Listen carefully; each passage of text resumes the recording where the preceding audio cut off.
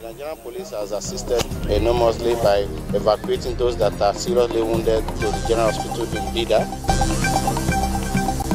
Fuel tanker explosion Tuesday evening claims more than 35 lives in Niger State as FRSC laments reckless behavior of some Nigerians. In President Bola Tinubu, you have an ally that you can believe and invest your trust in. He is quite passionate about girl child education.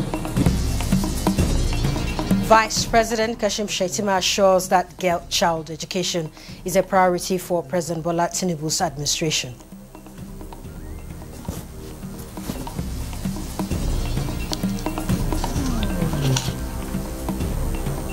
Senate passes bill to establish Nigerian Mines Ranger Service.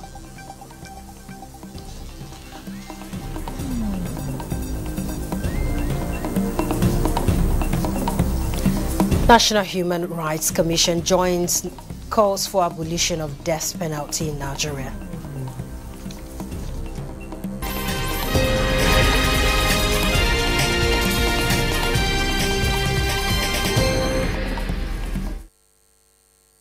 A fuel tanker explosion on Tuesday evening claimed more than 35 lives along Esa-Badegi Road between Bida and Badegi in Kacha local government area of Niger State, leaving survivors with various degrees of burns.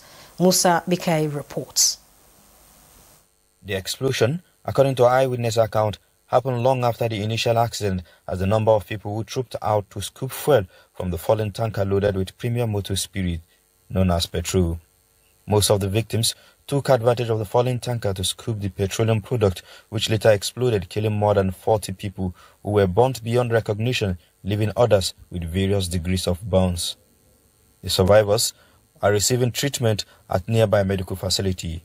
There's nothing I will say much about what happened today. It's a tragedy. This is my village, and my own time, and also all the people, all the victims, my brothers and sisters. So it's a tragedy. Really, today is a day in the South Village that I will never forget. As at now, on count, we have about 32 deaths and over 47 others who are injured. The Nigerian police has assisted enormously by evacuating those that are seriously wounded to the general hospital in Bida. About 2 vehicles are already loaded, men down to the place. So I'm also on the ground here to see to it that those who were burnt beyond recognition are also buried before we leave the place, so as not to constitute a health hazard. It's the motor accident. What tanker that will burn into fire that make this thing happen. So most of our people, some are crossing, some they want to see it in life, to see what is going on, and by what fire is born. And immediately it's born, nobody knows how it's come about again. At the time of filing this report, those burnt beyond recognition have been given mass burial. Musa Mikhail, NTA News. And in confirming the deaths of the 35 persons in the inferno that occurred along the Bida-Lapai route after Badegi on Tuesday evening, Corps Marshal of the Federal Road Safety Corps, Shehu Mohammed, described the incident as a needless national tragedy born out of ignorance, greed and disregard for safety warnings. He again stresses that Nigerians should put safety above all else in such incidents, as it's almost always inevitable that such tragedies would occur when people risk their lives for a few liters of free petrol. Nigerian's Governors Forum is saddened by the tanker explosion in Kacha local government area of Niger State, where more than 30 persons were killed. In a statement from the chairman, Abdurrahman Abdurrazak, the forum sends its heartfelt condolences to the people and government of Niger State, especially the families of the victims and Governor Mohammed Umar Bago. The NGF commends all the emergency responders for their humanitarian assistance to the victims and stresses the need for greater attention to safety issues in every aspect of daily life, especially in how combustible items are stored and transported. Away from that, child education is at the center of President Bola Tinubu's administration, and no effort will be spared to actualize its goals in Nigeria. Vice President Kashim Shettima gave the assurance during a meeting with a delegation from Plan International led by its Director of Programs, Quality and Innovation, Helen Ididiong, to show the federal government's commitment to child education. Vice President Kashim Shettima invited a teenager, Joy Oga, to take over the seat of the Vice President for a day and address the nation. State House correspondent Abdurrahman Jibrila reports.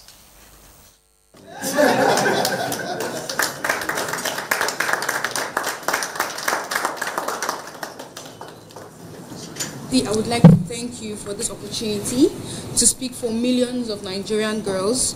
Support for the girl child. Joy Oga takes over Nigeria's vice president seat for a day. She is here with Plan International delegation, expressing gratitude for the opportunity to represent millions of Nigerian girls. Nigeria cannot speak of progress if half of its population is left behind in silence. So today, I call on the government, the policymakers, development partners, and every citizen to act not with sympathy, but with strategy. We must invest in education that is safe, inclusive, and free from fear for every child in Nigeria, not just the girls I'm speaking about here. Urging relevant authorities to enforce laws that protect the rights of every girl child, highlighting the need to provide free sanitary products in schools, as well as ensure access to water, sanitation, and nutrition for the Nigerian child. The issue of the girl child is not an issue of political sloganeering, no. It's an existential threat to our nation. Among other government intervention in the girl child education, the school feeding program remains essential. Joy's beautiful rendition of her speech.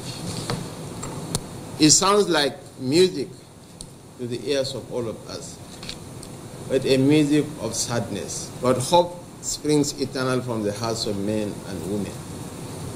And I believe that in President Bola Tinubu, you have an ally that you can believe and invest your trust in.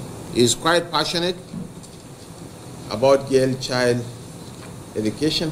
His wife is a symbol of how, when properly empowered and positioned, a girl child can blossom into a great leader. And Plan International has provided interventions for over 11 million Nigerian children in areas such as education, entrepreneurship, and youth development. The organization urged the government to continue ensuring that girls have access to education and schools remain affordable for all. From the State House, Abdurrahman Jibrila, NTA News. And the Universal Basic Education Commission, UBEC, has begun engagement with 12 pilot states across the country for the implementation of the Lumina 2030 initiative, a national program designed to educate and empower over 1 million girls and women by 2030. Lumina 2030, an acronym for Learning, Uniting, Modernizing, Innovating, Nurturing, Accelerating and Harmonizing, is federal government's bold response to the growing challenges of out-of-school girls, limited access to quality education, and the lack of economic opportunities for women in underserved communities. The initiative aims to create a pathway for inclusion through accelerated education and skills development, ensuring that no girl or woman is left behind. That incorporating this program into the strategic framework as well as the basic education action planning will strengthen our ongoing efforts to not just reduce the number of out of school, but also ensure women, girls empowerment.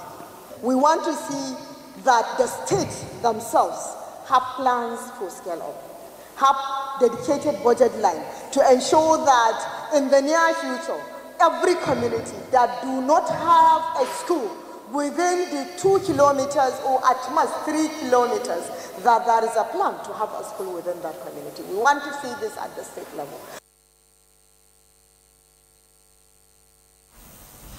I'm being told that ASU has suspended a 2-week running strike, and it will take effect from midnight today.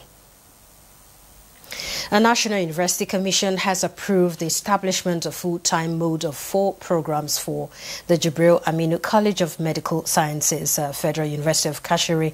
A statement by the University Chief Information Officer states that the programs are MBBS, Medicine and Surgery, BSc Human Anatomy, BSc Human Physiology, and BSc Pharmacology.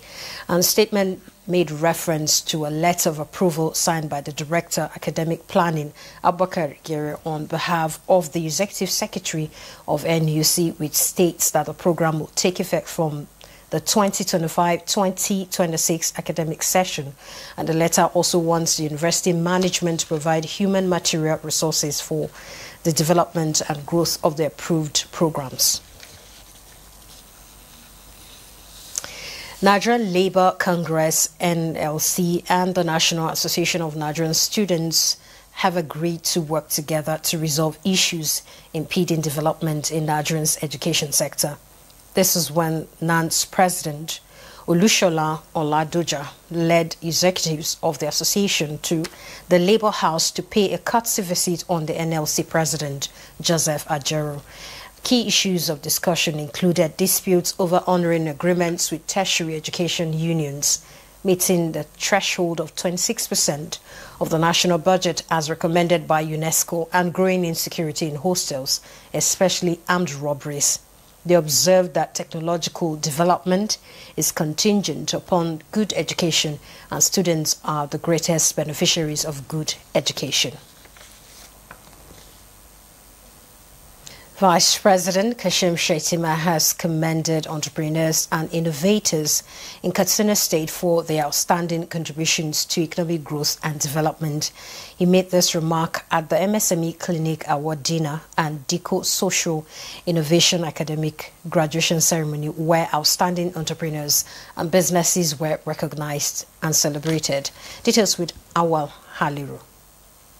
The event was a demonstration to the state's commitment to promoting innovation and enterprise, with checks and certificates presented to the awardees and the first set of 18 graduates who developed 9 innovation projects in health, climate, and agriculture of the DICO Social Innovation Academy. These individuals have showcased exceptional talent, creativity, and determination, and their achievements are expected to have a significant impact on the state's economy.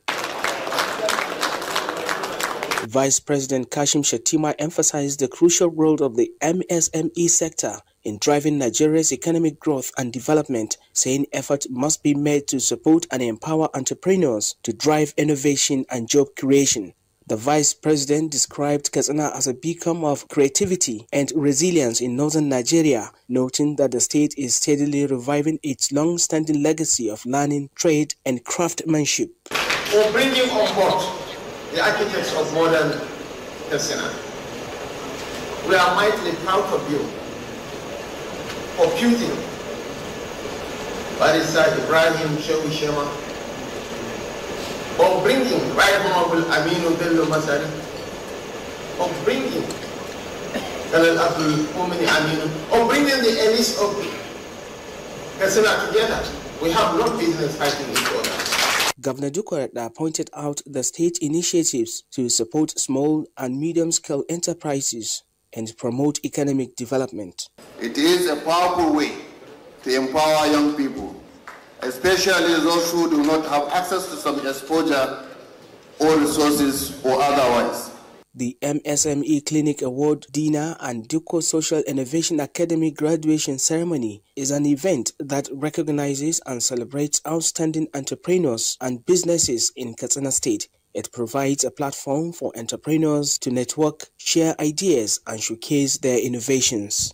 In Katsina, Awal Haliru, NTA News.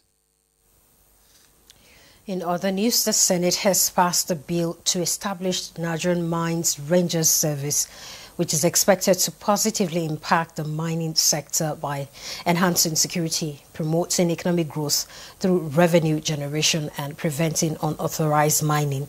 Senate also proposed life imprisonment without option or fine for defilement of minors. National Assembly correspondent Lami Ali reports on this and other resolutions. The Mining Rangers Service Bill will, among other things, secure the mining sector by curbing illegal mining, in which Nigeria records an annual loss estimated at over $18 billion. This bill will, in very great measure, help us to tackle the scourge of insecurity in this country. If these mine rangers are established, most of the mining site will be manned by these rangers, and we are hopeful that the mines now will be reactivated. Also today, the lawmakers considered the Criminal Code Act Amendment Bill forwarded for concurrence from the House. Senate made amendments to some clauses, one of which approves life imprisonment with no option of fine on any person found guilty of defiling a minor. So that it will serve as a deterrence for will-be offenders.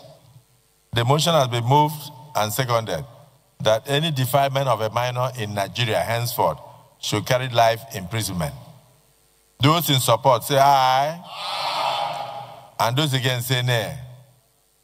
They are not here. But is there any option of fine? No option of fine. So the motion is carried.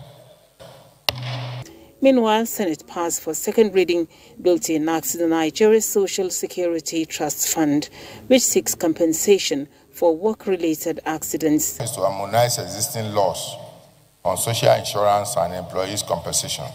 That will also result to cost saving, a more coherent approach to the issue of employee compensation, whether as a result of injury at work, occupational hazard, or evil death. Employers' compensation should also include even the public sector, for emphasis. There is provision for punishment for defaulters. The lawmakers passed a resolution commending President Tinubu for his choice of appointments and support to the Economic and Financial Crimes Commission, which has led to milestone achievements. Activities of EFCC during this period contributed to enhancing Nigeria's image both locally and internationally. I also want to urge the chairman to continue on what he's doing in terms of fighting crime in this country. The President and Commander-in-Chief of the Armed Forces be commended for his support to EFCC in ensuring that the agency is able to realize its mandate. Presidential appointees for the National Population Commission were also confirmed by the Senate. In the meantime, Senate has condoled the minority leader, Senator Abamuru, over the demise of his son in a road accident and a granddaughter who succumbed to illness. From the National Assembly, Lami Ali, NTA News. The quest to uphold the January to December budgetary cycle is gaining traction, with the House of Representatives passing for second reading a bill to ensure timely presentation of the country's annual budget by the executive to the legislature. National Assembly correspondent Mitai Rikwen brings us details of these and other resolutions at Tuesday's plenary. The Constitution Alteration Bill on timely presentation of the nation's annual budgets seeks to cure the problem of late presentation by the executive or delayed consideration by the legislature. The bill, sponsored by Deputy Speaker Benjamin Kalu and 4 other lawmakers, proposes reforming the budgeting processes to ensure that fiscal operations are timely and lead to genuine development outcomes. These inefficiencies not only undermine economic growth but also erode the public trust in government ability to manage their resources responsibly. This bill offers a structural remedy by embedding discipline, transparency, and long-term vision into the Constitution to guide budget process at all levels of governance. In another resolution, lawmakers call for a probe of all federal government grants to states and local governments outside FAC allocations. On the recent face-off between Pengassan and Dangote Refinery over sacked workers and union activities, the House resolved to revisit the matter to protect national interest. If private investment of strategic national importance are continually subjected to unlawful disruptions by adversarial unionism, Nigeria risks not only the failure of key economic assets, but also the erosion of investor confidence. Nigerians are looking for private investment. Any private investor that is coming to Nigeria, he's going to look at our laws. Are we implementing our laws first?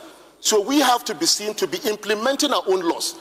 So that's why we are calling on honorable colleagues that an act of parliament was breached in taking a resolution by the government. This motion is referred to the Council of Leadership of the House to be headed by Mr. Speaker. There were other disaster-related resolutions. The need to address the devastating flood.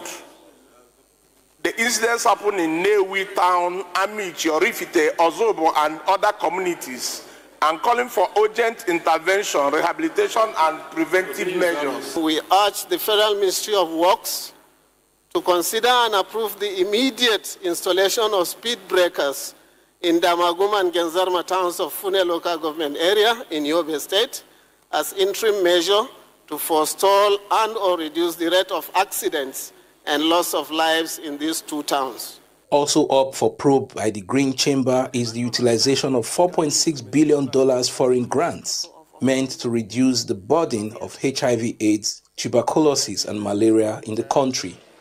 From the National Assembly, Mitaire Ikben, NTA News.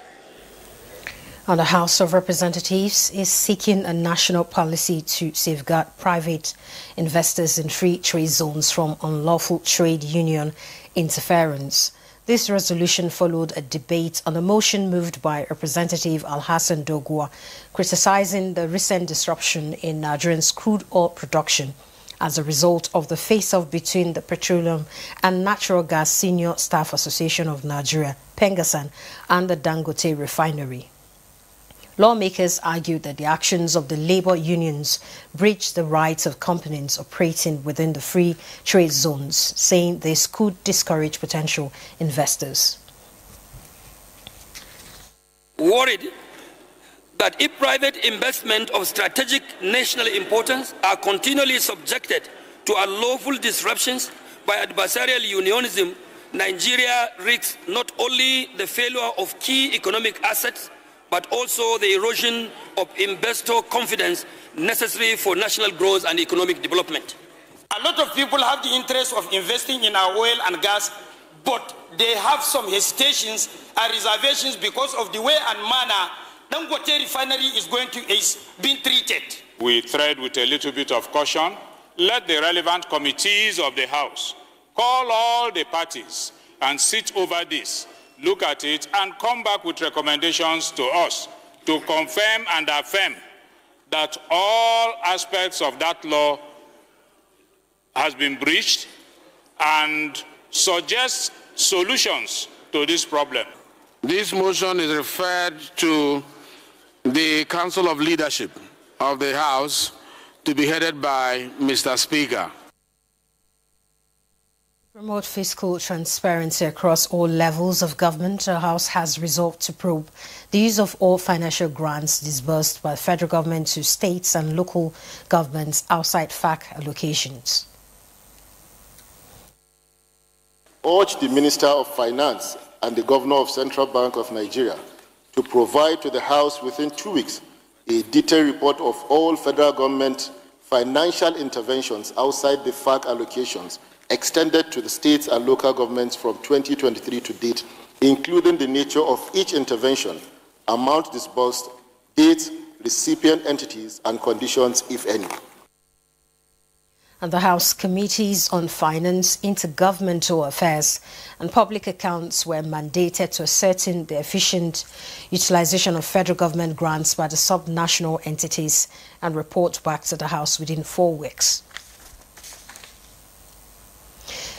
Now we take